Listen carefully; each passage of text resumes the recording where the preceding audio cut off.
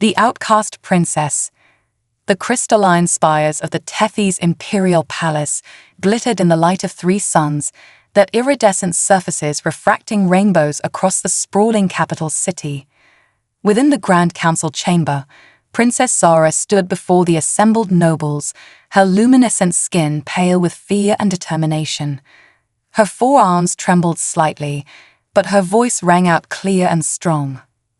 "I implore you to listen," Zara pleaded, her large, multifaceted eyes scanning the skeptical faces before her. "The visions are real. The void swarm is coming. We must prepare, or our empire will fall." Murmurs of disbelief and derision rippled through the chamber. High Counselor Vex, his tentacles writhing with barely contained anger, rose from his seat. "Enough of this madness, princess. Your so-called visions are nothing more than the delusions of an unstable mind. You bring shame to the imperial bloodline." Zara's heart sank as she saw the nodding heads and heard the mutters of agreement. Even her own father, Emperor Zorn, avoided her gaze, his expression a mixture of sorrow and embarrassment. "Father, please," Zara said, turning to him in desperation. "You know me. You know I wouldn't invent this. The void swarm is real, and they're coming to destroy everything we—" Silence. Vex thundered, his voice echoing through the chamber. "Emperor Zorn, we can no longer ignore the princess's deteriorating mental state. For the good of the empire, she must be removed from the line of succession and placed under care." Emperor Zorn closed his eyes, pain etched across his features. When he spoke, his voice was heavy with regret. I agree. My daughter is unwell. She will be taken to the sanctuary of eternal twilight for treatment." Zara's world shattered. The sanctuary was little more than a prison for the Empire's most unstable individuals. "No, Father, you can't do this. I'm not insane. Please, you have to believe me." But her pleas fell on deaf ears. As the Imperial Guards approached to escort her away, Zara made a split-second decision. With the agility her species was known for, she leaped over the guards, her 4 legs carrying her swiftly towards the chamber's grand windows. "Stop her!" Vex shouted, but it was too late. Zara crashed through the window, shards of crystal raining down around her as she plummeted towards the city below. Her body instinctively shifted, translucent wings unfurling from her back. She caught an updraft, soaring away from the palace and towards the spaceport. Alarms blared across the city as Zara weaved between buildings, her heart pounding. She had one chance, one desperate gambit. If her own people wouldn't listen, perhaps she could find help elsewhere. The ancient prophecies spoke of a blue world, a planet of warriors and innovators who might stand against the darkness. Zara landed at the spaceport, sprinting towards the royal hangar. Guards shouted and plasma bolts sizzled past her, but she didn't slow. She reached her personal shuttle, slamming her hand on the biometric lock. The door hissed open, and she threw herself inside. As the engines rolled to life, Zara's fingers danced across the control panel. She bypassed safety protocols and override codes, plotting a course for the farthest reaches of known space. The shuttle lifted off, accelerating rapidly as it shot towards the sky. Tears streamed down Zara's face as she watched her homeworld shrink behind her. Everything she had ever known, everyone she had ever loved, she was leaving it all behind. But the weight of her visions pressed down upon her. The void swarm was coming, and as she couldn't find help, there would be nothing left to return to. The shuttle broke free of the planet's atmosphere, immediately jumping to hyperspace. Zara slumped in her seat, exhaustion overtaking her. As the swirling vortex of faster-than-light travel surrounded her, she closed her eyes and prayed to the cosmic forces that she was making the right choice. Days passed in the loneliness of space. Zara's food supplies dwindled, and the shuttle's systems began to falter from the strain of prolonged hyperspace travel. Just as despair threatened to overwhelm her, the ship's computer chimed. A solar system appeared on the view screen, a yellow sun orbited by several planets. And there, third from the sun, was a blue marble streaked with white clouds. Earth. Hope surged through Zara, But it was short-lived. Warning klaxons blared as the shuttle's overtaxed engines began to fail. The ship dropped out of hyperspace, hurtling towards the blue planet at terrifying speed. Zara fought with the controls, trying desperately to slow her descent, but it was no use. The shuttle burned as it entered Earth's atmosphere, pieces of the hull tearing away. On the ground, in a remote forest in the Pacific Northwest, Jake Chen peered through his telescope at the night sky. The young astrophysicist had retreated to his family's cabin for some peace and quiet, hoping to make progress on his doctoral thesis. He certainly wasn't expecting to see what looked like a meteor streaking across the sky, a meteor that seemed to be changing direction. "What the hell?" Jake muttered, adjusting the telescope's focus. His eyes widened as he realized he wasn't looking at a meteor at all, but some kind of aircraft. An aircraft that was very clearly in trouble. Without thinking, Jake grabbed his jacket and car keys, racing to his beat-up old truck. He gunned the engine, following the trajectory of the falling object as best he could through the winding forest roads. The ground shook as a thunderous crash echoed through the trees, and Jake saw a plume of smoke rising in the distance. He drove as far as he could, then continued on foot, stumbling through the underbrush with only his phone's flashlight to guide him. The acrid smell of burning metal filled the air as Jake approached the crash site. What he saw stopped him in his tracks. Half buried in the soft earth was a sleek, silver craft unlike anything he'd ever seen. It was clearly of extraterrestrial origin, its design too advanced and alien to be of human make. As Jake stood there, mouth agape, a section of the craft's hull shifted and fell away.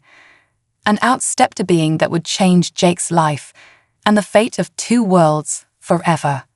Zara stumbled from the wreckage of her shuttle, her luminescent skin dimmed with exhaustion and injury. She blinked her multifaceted eyes, trying to adjust to the darkness of the Earth forest. The air was thick with unfamiliar scents, and strange sounds echoed all around her. For a moment, she felt a wave of despair. How could she possibly hope to save her people, stranded alone on this alien world?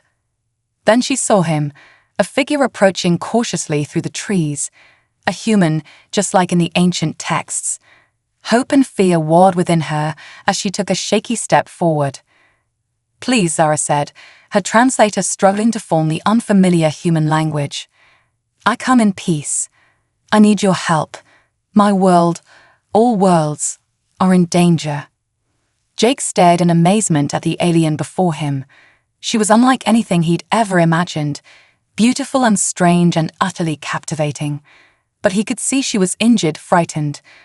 Whatever had brought her here, it was clearly desperate.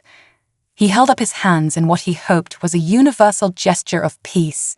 "It's okay," he said softly. "I'm not going to hurt you. My name is Jake Chen. Can you understand me?" Zara nodded, relief washing over her.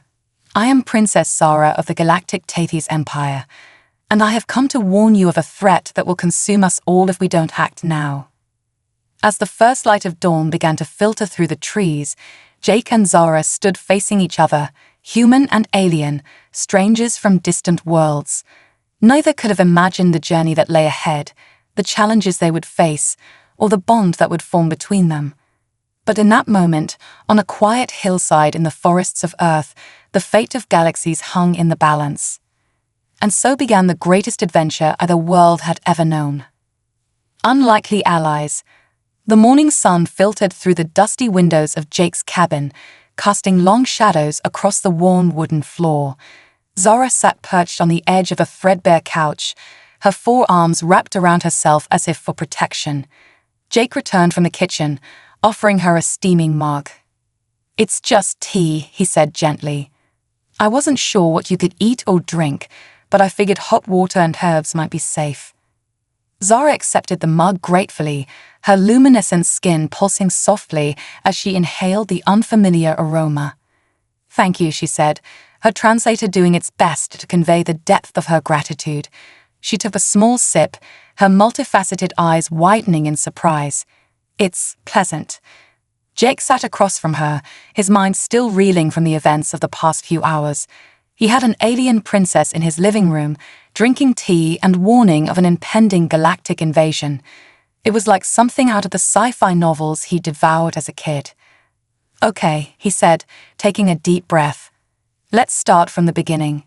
You said your people didn't believe you about this. Void swarm." Zara's expression darkened. They thought I was insane, that my visions were nothing more than delusions. She set down the mug, her 4 hands clenching into fists. "But I've seen them, Jake. The void swarm is real, and they're coming to devour everything in their path. My world, your world.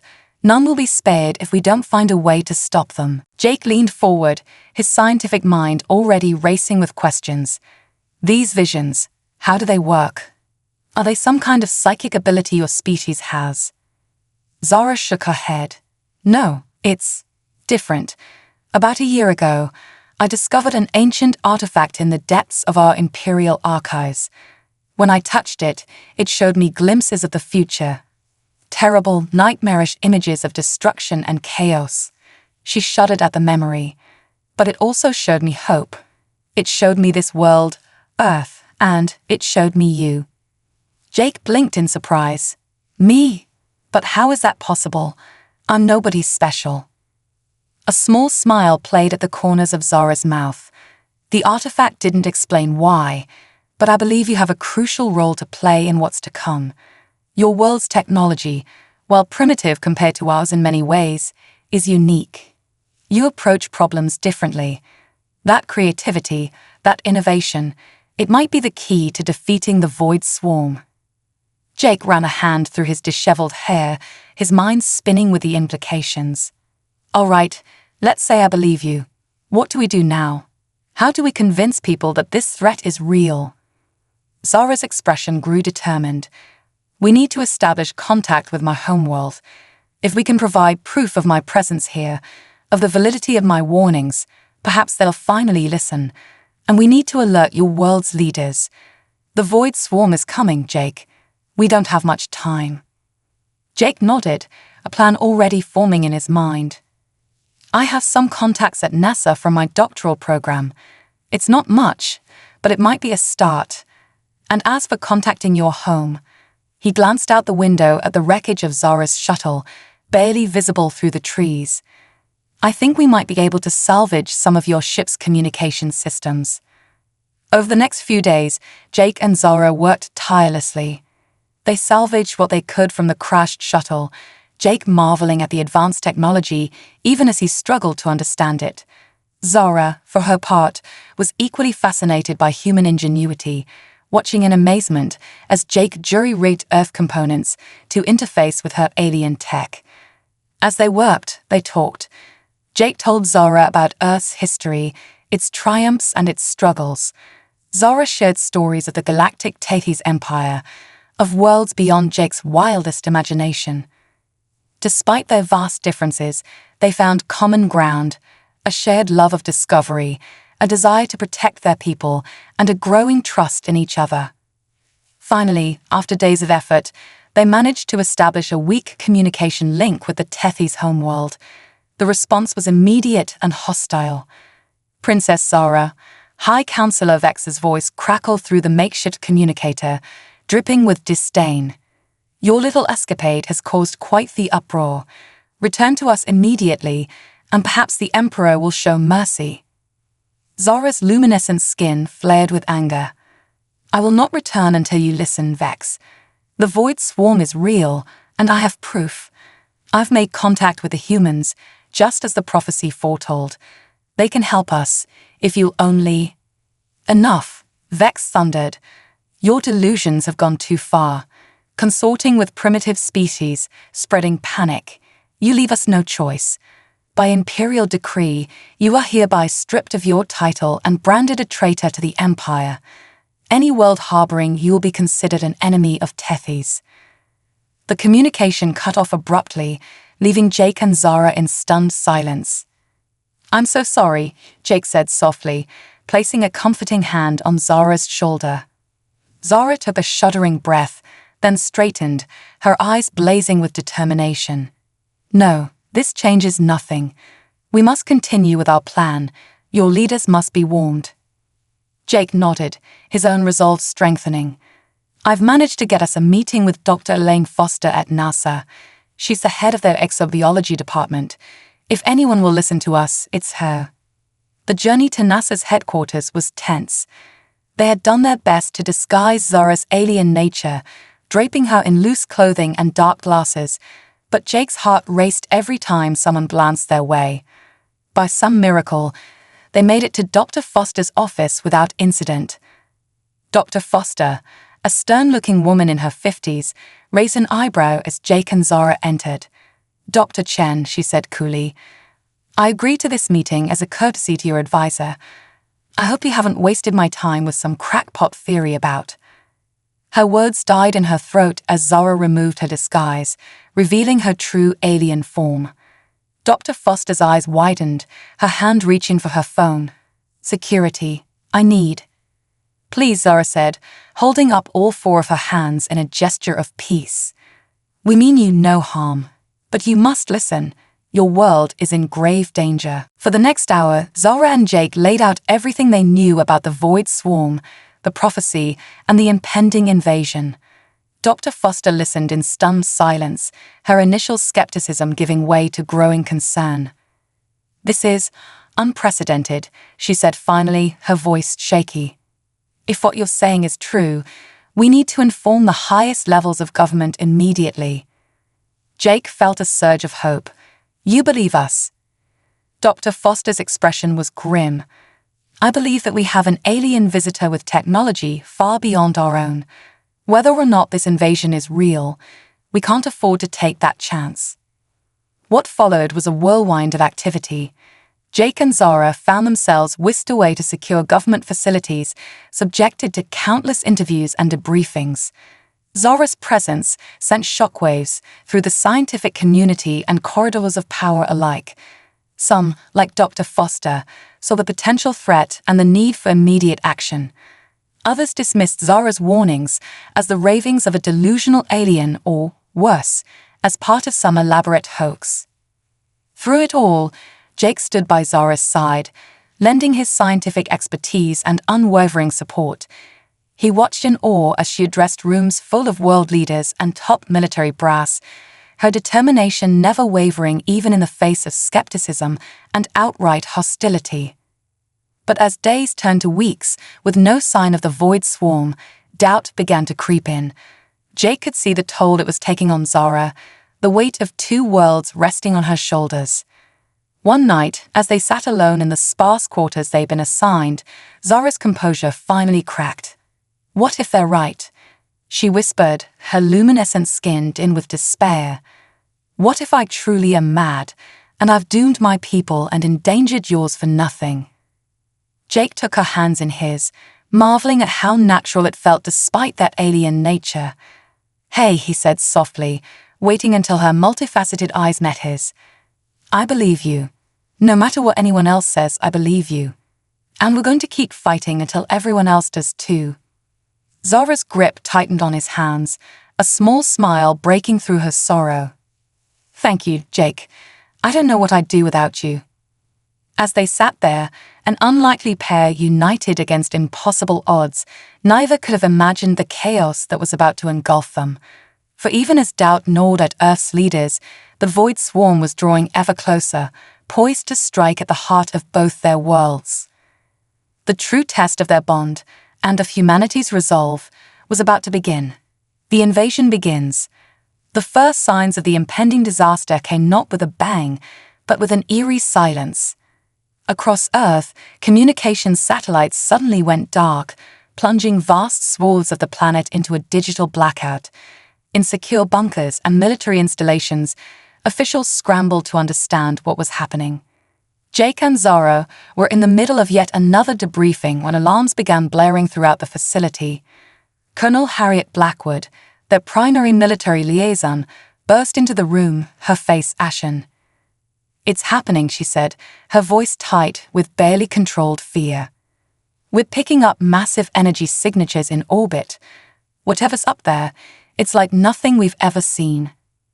Zora's luminescent skin pulsed with a mix of vindication and dread. "The Void Swarm," she whispered. "They're here." What followed was chaos. As Earth's military forces mobilized, strange, shape-shifting craft began to descend from the skies. They defied conventional physics, their forms twisting and morphing as they effortlessly evaded Earth's defensive measures. Attacks that should have been devastating simply passed through them, as if they were made of smoke and shadow.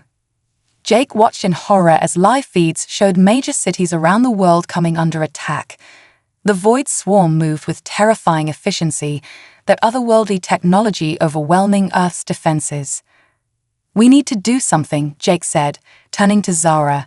"There has to be a way to fight them." Zara's eyes were distant, lost in thought. "The artifact," she said suddenly. "The one that gave me the visions. It didn't just show me the future. It was trying to tell me something about the Void Swarm's weakness, but I couldn't understand it fully." Colonel Blackwood, who had been barking orders into a comm unit, turned to them. "Whatever insights you have, we need them now. Our weapons are barely scratching these things." Jake's mind raced. "Zara, you said your people's technology was more advanced than ours, but that Earth's approach might be key. What if it's our more primitive technology that can hurt them?" Zara's eyes widened. "Of course, the Void Swarm's defenses are designed to counter energy weapons and advanced projectiles, but simpler physical attacks might be able to get through," Jake finished, excitement building. "Colonel, we need to get this information to your forces immediately. Tell them to focus on kinetic weapons, bullets, missiles, anything physical." As this new strategy was relayed to Earth's defenders, the tide of battle slowly began to turn. The Void Swarm, for all their advanced technology, found themselves vulnerable to more basic forms of attack. It wasn't a complete solution. The invaders were still overwhelmingly powerful, but it gave humanity a fighting chance. But even as Earth rallied, Zara's thoughts turned to her homeworld. "We need to warn Tethys," she said urgently. "If the Void Swarm is here, they'll be attacking my people too." Jake nodded grimly. "But how? Your people branded you a traitor, remember?" Zara's expression hardened with determination. "We'll make them listen. The communicator we built, if we can boost its power, maybe tie it into Earth's remaining satellite network." For the next few hours, Jake and Zara worked feverishly, pushing their jury-rigged communicator to its limits. Finally, they managed to establish a tenuous connection to Tethys. The face that appeared on the makeshift screen was not High Counselor Vex, but Emperor Zorm himself. He looked haggard, his usually resplendent features marred by exhaustion and fear.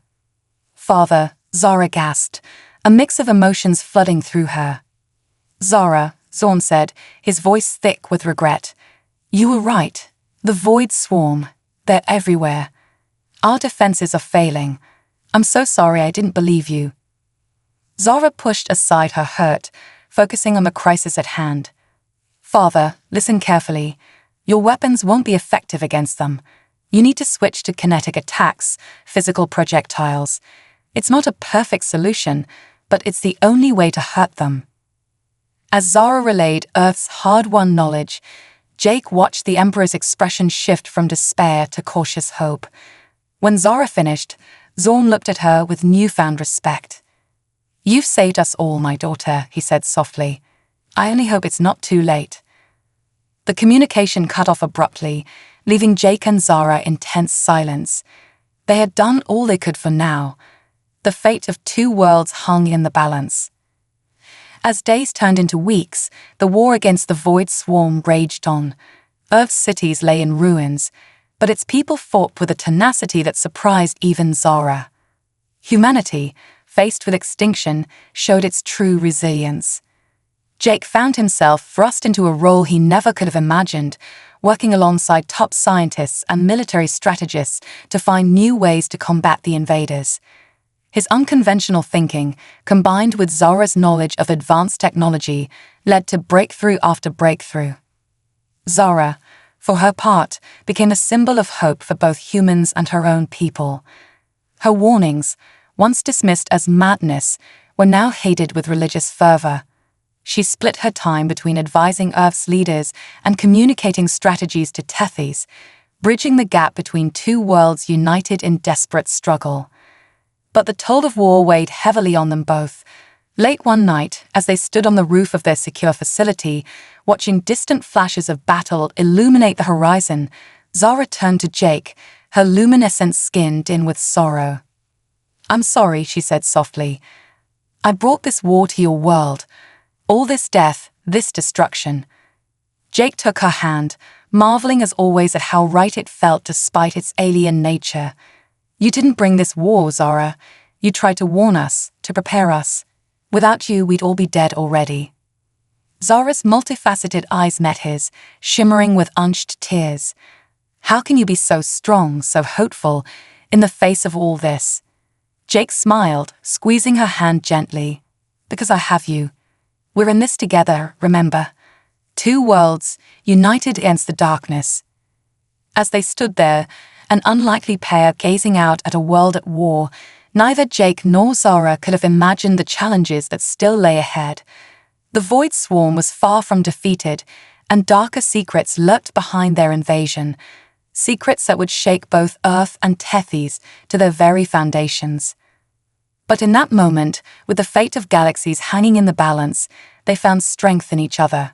Human and alien, scientist and princess, two souls joined by a bond that transcended the stars themselves.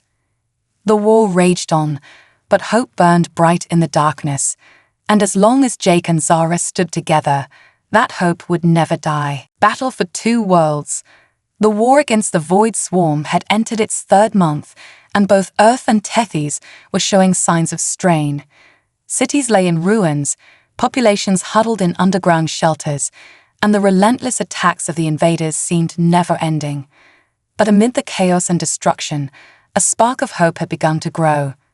Jake Chen stood before a hastily assembled council of Earth's remaining leaders, his eyes bright with excitement, despite the dark circles that spoke of endless sleepless nights. Beside him, Zara's luminescent skin pulsed with anticipation. "Ladies and gentlemen," Jake began, his voice steady despite the enormity of what he was about to propose, "we believe we found a way to turn the tide against the Void Swarm." A murmur ran through the assembled officials. Colonel Blackwood leaned forward, her expression a mix of hope and skepticism. "Go on, Dr. Chen. What have you and the princess discovered?" Jake activated a holographic display, showing a complex diagram of swirling energy patterns. "We've been analyzing the Void Swarm's attack patterns and energy signatures. Zara's knowledge of advanced physics, combined with some unconventional thinking on our part, has led us to a breakthrough." Zara stepped forward, her forearms gesturing at the display. "The Void Swarm's ships aren't just machines. They're living entities, existing partially in our dimension and partially in another. That's why they can change shape and seem to defy our laws of physics." "But," Jake continued, "this dual existence is also their weakness. We believe we can create a device that will force them fully into our dimension, making them vulnerable to conventional attacks." The room erupted in a flurry of questions and exclamations. Colonel Blackwood raised a hand, silencing the chaos. "This sounds promising, but can we actually build such a device?" Jake and Zara exchanged a glance. "That's where it gets tricky," Jake admitted. "We have the theoretical framework, but we're missing a crucial component, a specific type of crystal that can channel and focus the energies we need." "Let me guess," Blackwood said dryly. "This crystal doesn't exist on Earth." Zara shook her head. "No, but it does exist on Tethys. It's rare, but our scientists have been able to synthesize it in small quantities. So we need to somehow get this crystal from a planet light years away, while both our worlds are under attack." One of the officials asked incredulously. Jake's expression hardened with determination. "Yes, and I volunteer to go to Tethys to retrieve it." The room fell silent, all eyes turning to Jake in shock. Zara's luminescent skin flared with a mix of emotions: pride, fear, and something deeper that she wasn't quite ready to name. Out of the question, Colonel Blackwood said firmly, We can't risk losing one of our top scientists on a potentially suicidal mission. With all due respect, Colonel, Jake countered, I'm the only one who understands the theory well enough to identify the correct crystal and ensure it's prepared properly. And with Zara's help, I have the best chance of navigating Tethys society. Zara stepped closer to Jake, her hand finding his in a gesture that had become second nature to them both. I will go with him, she declared. My people may have branded me a traitor, but in light of recent events, they may be more willing to listen. Together, we stand the best chance of success. The debate raged for hours, but in the end, the desperate nature of their situation won out. Plans were made, resources allocated, and within days, Jake and Zara found themselves aboard a salvaged and modified Tethys shuttle, ready to embark on their perilous journey. As Earth shrank behind them, Jake turned to Zara, his expression a mix of excitement and trepidation. I can't believe we're actually doing this, he said softly. I'm about to visit an alien world. If you told me this a few months ago, I'd have thought you were crazy.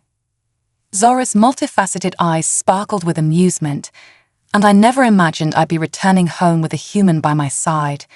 Life has a way of surprising us, doesn't it? As they settled in for the long journey, Jake and Zara found themselves growing even closer. They spent hours discussing the intricacies of their plan, but also sharing stories of their respective worlds, their hopes and their fears. In the quiet moments between the stars, something deeper than friendship began to blossom. Their arrival on Tethys was met with a mix of suspicion and desperate hope. Emperor Zorn, his once proud bearing now weighed down by the burden of a world at war, greeted them in a chamber deep beneath the planet's surface. My daughter, he said, his voice thick with emotion, and the human who stood by her side when we would not. Welcome home. The reunion was bittersweet, overshadowed by the urgency of their mission. Jake and Zara wasted no time, working tirelessly alongside Tethys scientists to synthesize the crystal they needed. But as they raced against time, a new threat emerged. High Counselor Vex, his former skepticism now twisted into a fanatical belief that the Void Swarm was a divine force meant to cleanse the galaxy, had gathered a group of loyalists. They saw Jake and Zara's plan as blasphemy, a defiance of the natural order. As Jake carefully extracted the synthesized crystal from its growth chamber, alarms blared throughout the facility. Zara burst into the lab, her luminescent skin pulsing with urgency. We have to go now. Vex and his followers are coming. They mean to destroy the crystal and kill us both. Jake secured the crystal in a protective case, his heart racing. But your father, the other scientists. They're holding them off, giving us a chance to escape, Zara said, pain evident in her voice. We have to make their sacrifice count. They ran through the winding corridors of the underground complex, the sounds of battle echoing behind them. They reached their shuttle just as Vex and his men broke through the last line of defense. You cannot defy the will of the Void.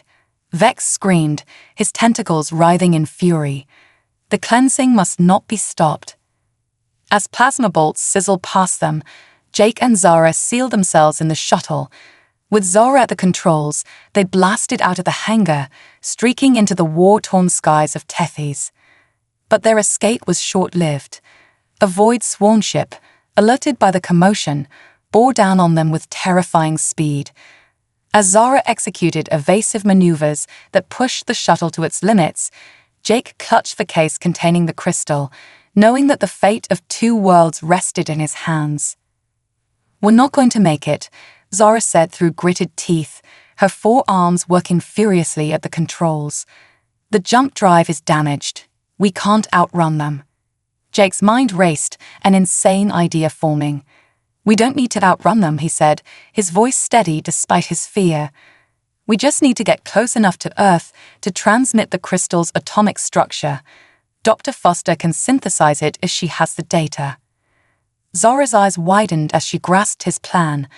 But that would mean flying straight at Earth, yes, Jake finished. It's risky, but it's our only shot. Their eyes met, a lifetime of understanding passing between them in that moment. Without a word, Zara altered their course, aiming the shuttle directly at the distant blue marble of Earth. As they hurtled through space, the Void swarm ship in hot pursuit, Jake worked feverishly to transmit the crystal's data. The shuttle shuddered around them, systems failing as it was pushed beyond its limits. Just as the transmission completed, a blast from the Void swarm ship rocked their shuttle. Alarms blared as the hull began to breach. "It's done," Jake said, turning to Zara. "Whatever happens now, Earth has a chance." Zara reached out, taking Jake's hand in hers. "Together," she said softly, "until the end."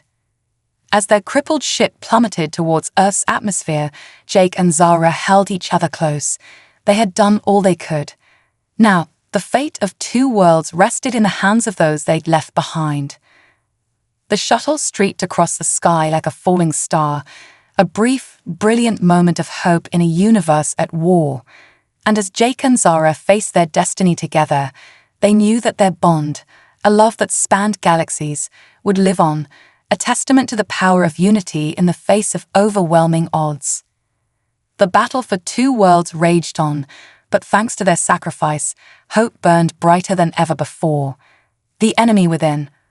The fiery streak of Jake and Zara's shuttle blazed across Earth's night sky, a meteor of hope and sacrifice witnessed by millions. But as the world held its breath, waiting to see if their mission had succeeded, a miracle occurred.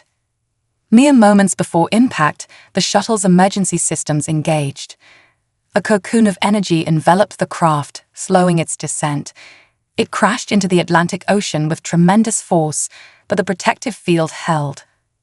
Hours later, as dawn broke over a war-torn world, rescue teams fished a battered escape pod from the roiling seas. Inside, barely clinging to life but alive, were Jake and Zara. In a secret medical facility, the unlikely heroes of two worlds fought for their lives. Dr. Elaine Foster worked tirelessly, combining her knowledge of human physiology with the alien medical data Zara had provided months ago. Colonel Blackwood stood vigil, her usually stern facade cracking with worry for the two who had given everything for a chance at victory. Days passed in tense silence, and then finally Jake opened his eyes. "Zara," he croaked, his voice hoarse from disuse. "Is she?" "She's alive," Dr. Foster assured him, relief evident in her voice.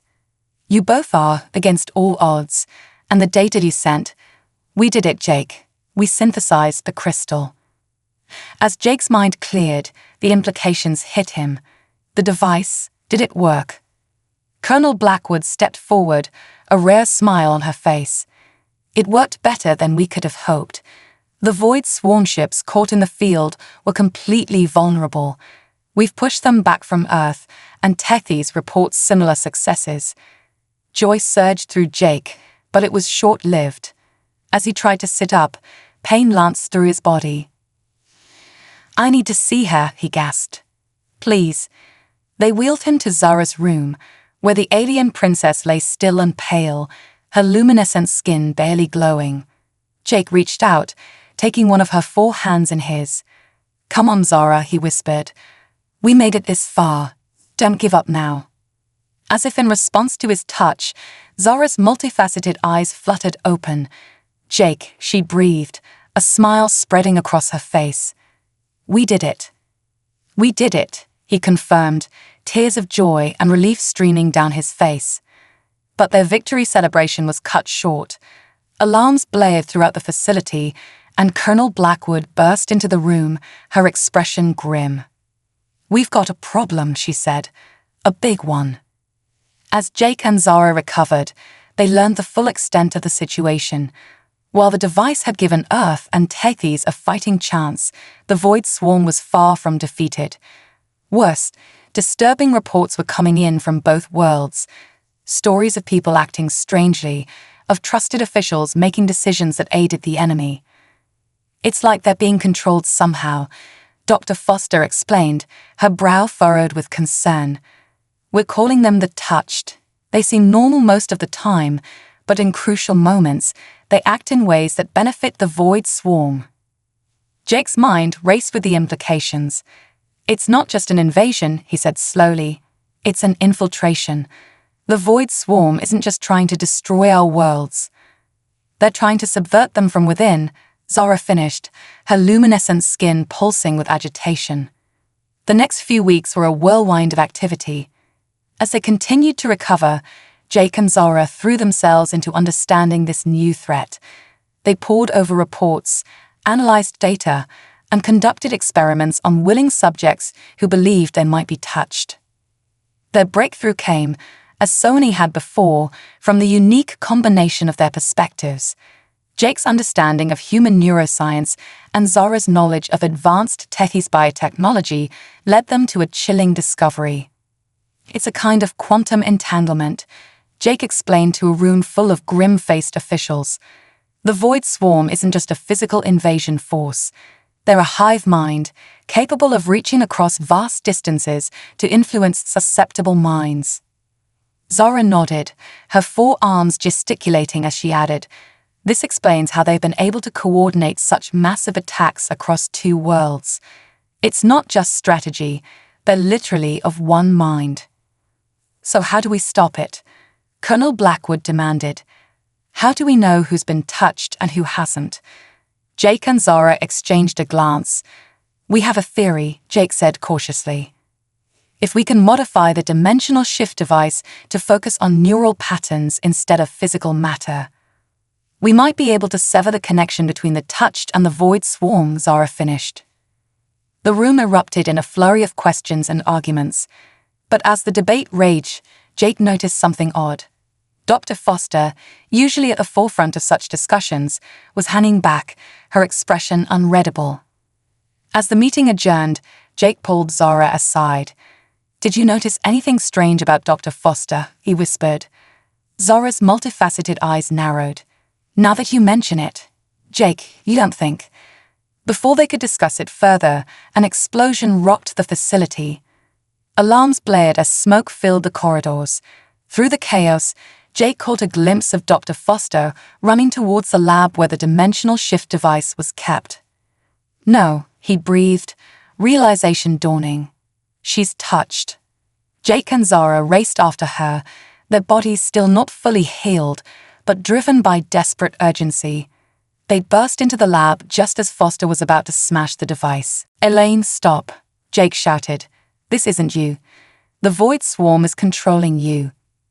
Foster turned, her eyes wild and unfocused. "You don't understand," she said, her voice distorted. "The Swarm is evolution. It's the next step. Humanity, Tethys, we're all just stepping stones for something greater." As she raised a heavy wrench to destroy the device, Zara sprang into action. With inhuman speed, she tackled Foster, using her forearms to restrain the scientist. "Jake, the device," Zara yelled. "Activate it now." Jake hesitated for a split second, torn between fear of harming his mentor and the need to save her.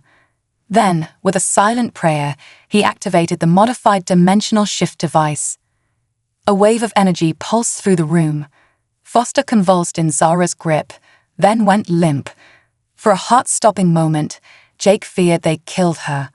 But then her eyes fluttered open, clear and focused once more. "Jake," she said weakly. What happened?" As Jake helped Foster to her feet, Zara stood guard at the door. "We need to go," she said urgently. If Foster was touched, there could be others.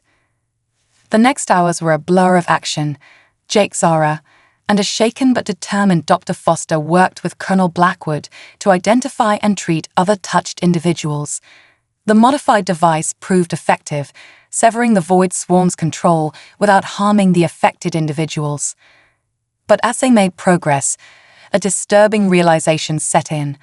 The infiltration went deeper than they'd imagined, reaching the highest levels of both Earth and Tethys leadership. As night fell, Jake and Zara found a moment of quiet on the roof of the facility. They looked out at the battle-scarred landscape, the distant flashes of ongoing skirmishes with Void Swarm forces illuminating the horizon. "We've won a victory today," Zara said softly, her luminescent skin glowing softly in the darkness. "But the war is far from over." Jake nodded, taking her hand in his. "We've exposed the enemy within. Now comes the hard part, rebuilding trust, healing our worlds." Zara turned to him, her multifaceted eyes shimmering with emotion. "Whatever comes next, we'll face it together." As they stood there, a human scientist and an alien princess united against impossible odds, they knew that the greatest challenges still lay ahead. The Void Swarm was weakened, but not defeated, and the scars of infiltration would take time to heal. But in that moment, with the fate of two worlds hanging in the balance, Jake and Zara found strength in each other. Their bond, forged in the fires of war and tempered by shared sacrifice, was a beacon of hope in the darkness. The battle for the soul of two worlds had only just begun, but as long as Jake and Zara stood together, hope would never die. A new dawn. The months that followed the discovery of the Touched were a time of both hope and turmoil for Earth and Tethys. As Jake and Zara worked tirelessly to refine and distribute the technology to sever the Void Swarm's control, societies on both worlds grappled with the aftermath of the infiltration. Trust had been shattered. Families were torn apart as loved ones discovered that those closest to them had been unwitting pawns of the enemy. Governments struggled to maintain order as citizens questioned every decision, wondering if their leaders were truly free of the swarm's influence. But amid the chaos, a new spirit of cooperation began to emerge. The shared threat of the Void Swarm and the miracle of Jake and Zara's intervention had united two vastly different species in ways no one could have imagined. On a crisp autumn morning, Jake stood before a joint assembly of Earth and Tethys leaders, broadcast to billions across both worlds. Zara stood beside him, her luminescent skin glowing with a mix of nervousness and determination. "We stand at a crossroads," Jake began, his voice steady despite the enormity of the moment. "The Void Swarm has been pushed back, but not defeated. Their ability to infiltrate our minds has been nullified, but the scars of their influence remain. Now we must decide what kind of future we want to build." Zara stepped forward, her forearms moving in graceful emphasis as she spoke. "For too long, our worlds have stood apart, separated by vast distances and mutual mistrust. But in our darkest hour, we found strength in unity. Human ingenuity combined with Tethys technology has given us a fighting chance. Imagine what we could accomplish together in times of peace." As they laid out their vision for a joint Earth-Tethys alliance, Jake couldn't help but marvel at how far they'd come.